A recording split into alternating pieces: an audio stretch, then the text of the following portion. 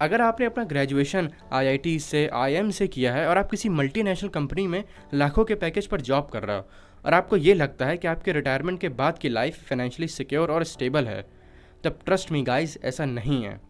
हमने ऐसे बहुत से एग्जांपल्स देखे हैं जिसमें एक बार तो लोगों के पास बहुत पैसा आ जाता है, फिर चाहे उनका बिजनेस बहुत अच्छा चल जाता है या उन्हें कोई हाई पेइंग जॉब मिल जाती है, मगर फिर भी वो ज़िंदगी भर फाइनेंशियली फ्री नहीं हो पाते।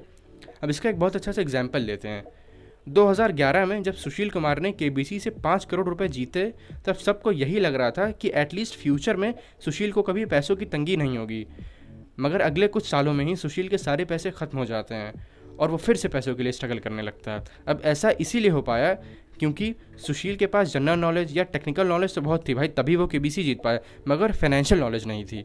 तो गाइज़, आज की इस वीडियो में मैं लेकर आया हूँ the richest man in Babylon book की समरी, जिसमें ऑथर ने कुछ ऐसे सिंपल बट इफ़ेक्टिव तरीके बताए हैं जिन्हें हम अपनी लाइफ में अप्लाई करके न केवल खुद को इस तरह के फाइनेंशियल क्राइसिस से बचा सकते हैं, बल्कि अपना प्रेजेंट और फ्यूचर दोनों सिक्योर कर सकते हैं। So let's begin. Our number 1 point is save first. Author कहते हैं कि आपकी इनकम ज़्यादा हो, कम हो या जितनी भी हो, आपको अपनी इनकम का एटलीस्ट 10% ज़रूर सेव करना चाहिए और बचे हुए 90% में से ही आपको अपने सारे खर्चे निकालने चाहिए।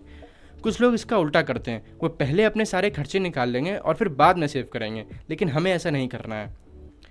और गाइस, अगर आपकी इनकम ठीक ठाक है तो आप अपने उस 10% की सेविंग्स को बढ़ाकर 20, 30, 40 या 50% तक भी ले जा सकते हो। और ऑथर सजेस्ट करते हैं कि आप जो भी काम करते हो आप उसमें और एक्सपर्ट हो जाओ कि आपकी अर्निंग बढ़ जाए, और जिस वजह से आपकी सेविंग्स भी अपने आप बढ़ जाएगी। मगर गाइस, जब भी आपकी अर्निंग्स बढ़ेंगी तो आपको वो एक गलती नहीं करनी जो मैक्सिमम लोग अपनी अर्निंग्स बढ़ने पर करते हैं। वो ये है कि जब भी लोगों की अर्निंग्स बढ़ती हैं तो आधे से ज़्यादा लोग अपने खर्चे बढ़ा लेते हैं। वो और महंगा फ़ोन खरीद लेंगे, वो और महंगी गाड़ी खरीद लेंगे, फिर चाहे उनकी पुरानी गाड़ी ठीक ही क्यों ना हो, मगर फिर भी वो और महंगी गाड़ी खरीद लेंगे और भी ऐसी 2-4 लाइबिलिटीज़ खरीद लेंगे। और उनकी इन्हीं आदतों की वजह से उनकी अर्निंग्स कितनी भी बढ़ जाए, मगर वो कभी वेल्दी नहीं बन पाएंगे। अब हमारा नेक्स्ट पॉइंट है पे योर सेल्फ फर्स्ट। अब हमने सेव फर्स्ट का कॉन्सेप्ट तो सीख ही लिया है, तो हमें अपनी सेविंग्स का कुछ % अमाउंट अपने ऊपर भी इन्वेस्ट करना चाहिए।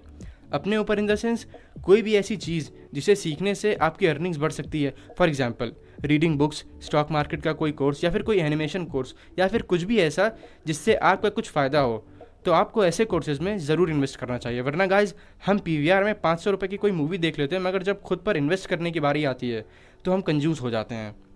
वॉरेन बफेट भी कहते हैं कि investing in your self is the best investment. अब हमारा अगला पॉइंट है लॉ ऑफ गेनिंग कैपिटल। अब इसे समझाने के लिए ऑथर ने बेबीलोन की एक बहुत इंटरेस्टिंग स्टोरी बताई है। बेबीलोन में 2 दोस्त रहते हैं और वो दोनों ही अपना पेट पालने के लिए रथ बनाने का काम करते हैं और बचपन से हमेशा एक दूसरे के साथ रहे हैं। उन दोनों का स्कूल सेम था, उन दोनों के टीचर सेम थे, और भी उनमें एक और चीज़ कॉमन है, वो ये है कि वो दोनों बहुत गरीब हैं। हार्डली वो अपने 3 टाइम का खाना अफोर्ड कर पाते हैं। एक दिन वो अपनी इस हालत के बारे में सोच रहे थे कि वो कितने ज़्यादा अनलकी हैं। थोड़ी देर बाद उन्हें ये याद आया कि उनका एक और दोस्त था, अरकाद, जो उनके साथ उन्हीं के स्कूल में उन्हीं की क्लास में पढ़ता था और उसके मार्क्स भी उनसे अच्छे नहीं आते थे, मगर आज वो बेबीलोन का सबसे अमीर इंसान है। तो उन दोनों ने ये डिसाइड किया कि वो अरकाद के पास जाकर पूछेंगे कि उसे ऐसा अमीरों का कौन सा सीक्रेट मिल गया है जिस वजह से वो आज बेबीलोन का सबसे अमीर इंसान हो गया है।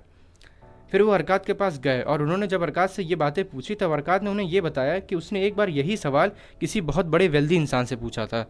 इस पर उस वेल्दी इंसान ने ये बताया कि हमें सबसे पहले पैसे सेव करने चाहिए, और सिर्फ सेविंग्स हो तो कुछ होगा नहीं, तो हमें अपनी वेल्थ को मल्टीप्लाई करने के लिए हमें अपनी सेविंग्स को और पैसे कमाने के लिए आगे लगाना चाहिए। हम गोल्ड खरीद सकते हैं, हम कोई प्रॉपर्टी खरीद सकते हैं, या फिर आजकल के हिसाब से हम स्टॉक्स में भी इन्वेस्ट कर सकते हैं। अब गाइज, हमारा नेक्स्ट पॉइंट है turn your properties into profitable assets. अब इसका ये मतलब है कि आपने मान लेते हैं कोई प्रॉपर्टी खरीदी है, तो आप कोशिश ये करो कि उस प्रॉपर्टी से भी पैसे कमा लो। फॉर एग्जांपल, आपने लोन लेकर कोई घर खरीदा है, तो इस केस में अगर आप उस घर के सिर्फ ग्राउंड फ्लोर में रहते हो तो आप उस घर के बाकी फ्लोर्स को रेंट पर उठा सकते हो, जिससे एटलीस्ट आपकी ईएमआई का 60 से 70% हिस्सा कवर हो जाएगा। और इसी तरह आपने अगर कोई कार खरीदी है तो आप उस कार को स्टार्टिंग के 1-1.5 साल तक बुकिंग पर चलवा सकते हो। इस तरह से आप पर ईएमआई का जो बर्डन है वो काफ़ी हद तक कम हो जाएगा। अब हमारा नेक्स्ट पॉइंट है सिक्योर योरसेल्फ फ्रॉम फ्यूचर मिसहैपनिंग्स।